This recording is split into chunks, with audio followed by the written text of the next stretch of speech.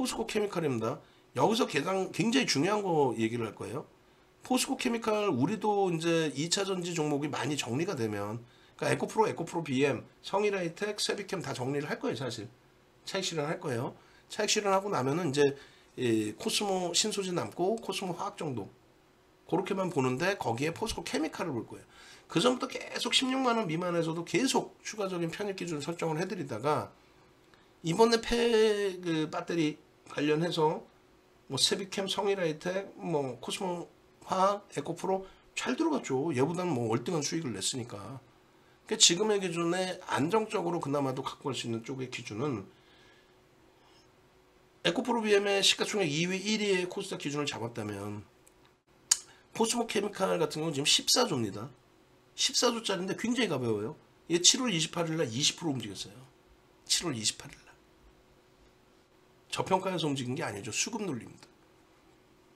14조 원의 양극재 수주, GM의 공급. 이게 1년짜리 공급 계약 체결이 아니라고 그랬잖아.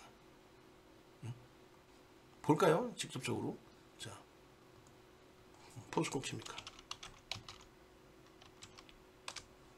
이런 기준의 변동성이 그때 오버슈팅 나왔다 뭐 이렇게 해석할 필요 없어요. 명분이 생긴 거거든요. 응? 공급계약 체결 7월 28일 기준에서 단일 판매 공급계약 체결 그 기준에 13조 7천억짜리 기준이고 2023년 1월부터 2025년 12월 그럼 몇 년이에요? 2023, 24, 25 3년이죠. 3년 동안에 14조니까 나누기 3을 해주면 어떻게 돼요? 4조. 응? 전년 대비 매출액 대비해서의 기준이고 응? 어찌됐건 최근 매출액 20조 기준인데 응? 최근 매출액 계약 금액 137조? 맞나요?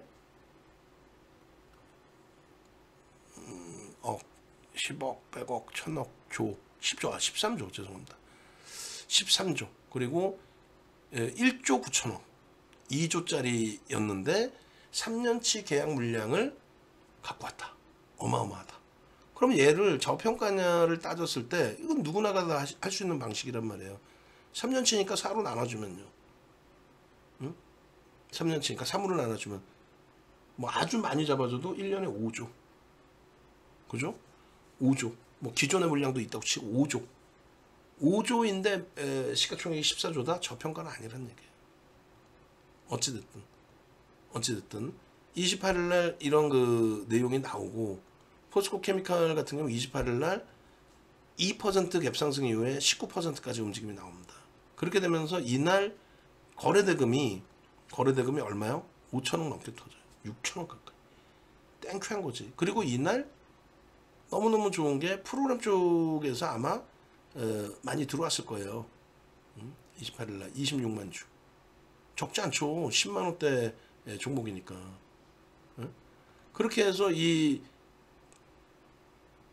12만원에서부터 지금 18만원까지 이제 주가를 다 땡겨놓은 거고, 사상 최대치 이제 52주 고가가 18만 3천원의 기준이 되는 거고, 그리고 프로그램 쪽에 이제 그때 당시에 수급 범위도 굉장히 세게 들어왔던 거고, 7,750만 주짜리 기준에 그때 당시에 12만원까지 올라오기 전이 28일날, 27일날 11만 6천억이었잖아요.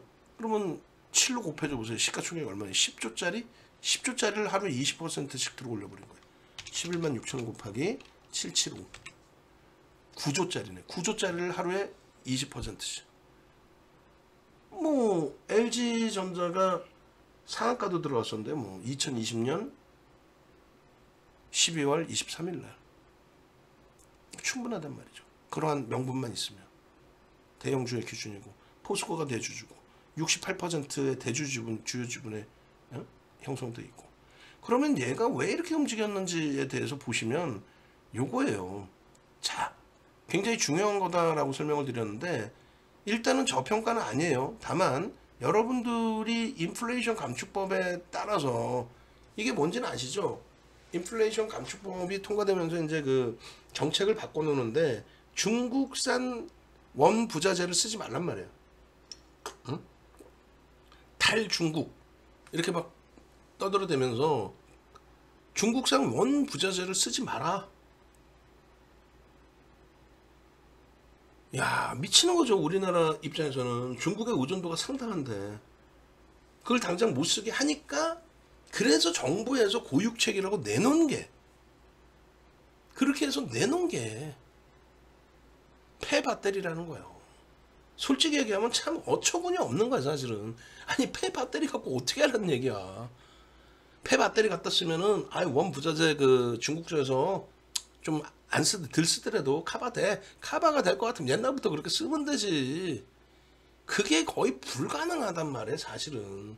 그럼에도 불구하고 뭐 방법이 없으니 폐배터리라도 정부 입장에서 내놓는 거야. 뭐 어떻게 미국의 정책이 그런데, 미국의 뭐 야당은 가서 싸우고 그러는데 싸워봐야 돼. 지들은 뭐 이겨갖고 왔어 언제는. 안 돼. 지금의 기준에 전기차의 보조금 뭐 폐지하는 부분에 대해서 어쩌고저쩌고. 일본은 안 그래? 닛산차 딸랑 2개 현지에서 생산하는 거 그거 빼고는 보조금 다 폐지돼 버렸잖아요. 뭐 우리만 뒤통수 맞았어? 일본은 그렇게 따지면 뒤통수 아니야? 근데 야당 얘기처럼 뭐 지금 정부가 가서 뭐 어떻게 해오란 얘기야. 안 돼요. 결국은 인플레이션 감축법에 대해서 실질적인 폐배터리가 아니라 원소재 공급망의 불확실성 때문에 중국 이외의 유럽, 북유럽 쪽의 제품을 갖다 써야 되는데, 응? 근데 포스코 그룹 자체가 원체 이제 광산이나 이런 부분에 이명박 전 대통령 정부 때 많이 이제 확장을 해놨죠.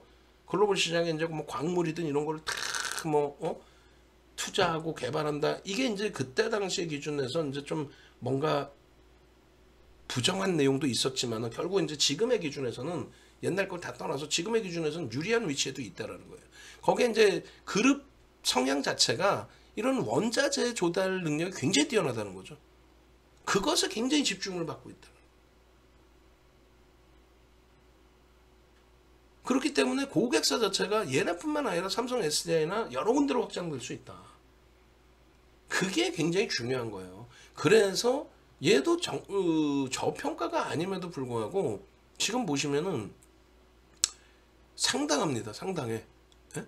얘 수급 범위 놓고 보시면요. 월봉으로 다 놓고 보세요. 뭐 어마어마하게 매집의 기준이 설정되어 있지는 않습니다. 월봉에 또 안 보이네. 이 사상 최대치 신고가를 넘길 수 있는 위치에 아니에요. 위치란 말이에요. 월봉 더 놓고 봐야 되겠습니다만 몸통 다 벗겨냈어 안 벗겨냈어? 다 벗겨냈어요 지금. 응?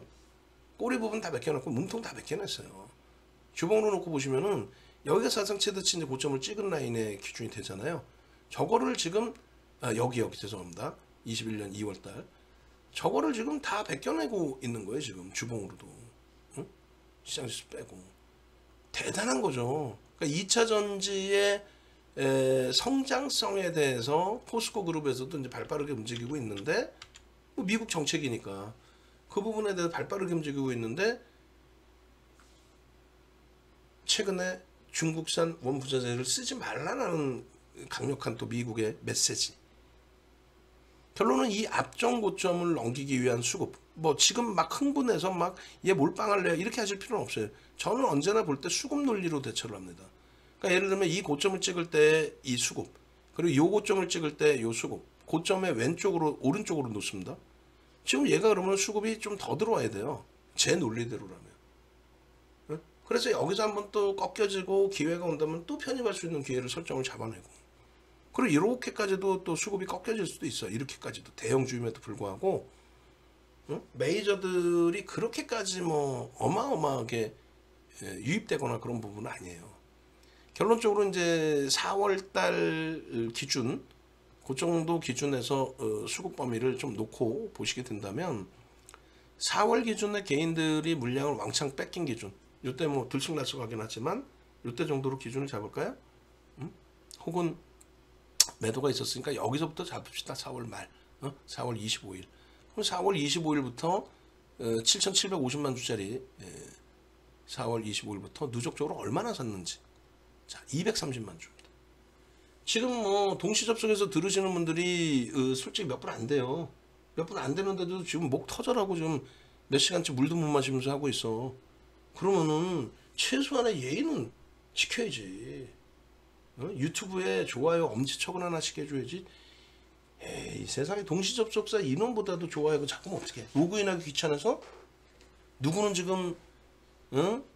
장중교육 그렇게 해드리고 그럼 뭐 유료니까 당연히 해드려야 되고 장 끝나고 나서 내일 아침 방송 녹화해놓고 9시부터 또 1시간 교육해드리고 11시에 팍스경제TV 방송해드리고 오자마자 뭐 아무것도 못 먹고 물도 못 마시고 10시 40분부터 00시 40분부터 지금 2시간을 넘게 이렇게 악을 쓰고 있는데 좋아요 하나 제대로 안 누르시면 어떡해. 응? 소속돼 있는 채팅방에도 좀 누르시고 3%예요. 3%면 매집의 기준에서 적지 않습니다.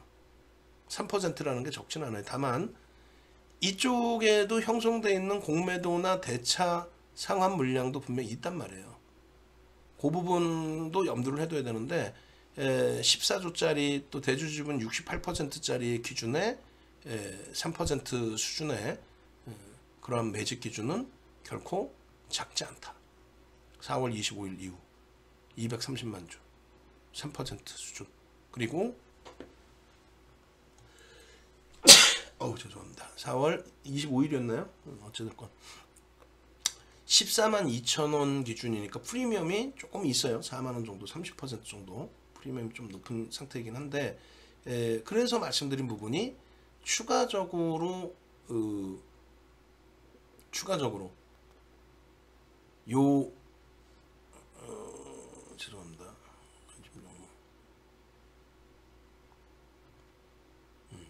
추가적으로 요 수급 범위가 더 들어와야 된다. 그래야 공격적으로 잡아낼 수 있고, 응? 지금은 그래서 16만 원 전후에서 이제 편입 설정 범위가 있었어도 좀 띄엄띄엄 봤었고, 지금의 기준은 요 자락이 이제 수급이 계속 터져 나오면서 흐름이 나오면 변동성의 기준에 추세적으로 막 꾸준히 갖고 가려면 수급이 더 들어오는 게 월등히 보여줘야 된다는 거고, 그리고 기회가 될 때마다 조정폭이 좀 시장에 연동돼서 조정폭이 나오든 자체 조정폭이 나오든 조정폭이 좀 시장하고 연동돼서 나와주게 된다면 그때 그 기회를 놓치실 필요는 없다는 거예요.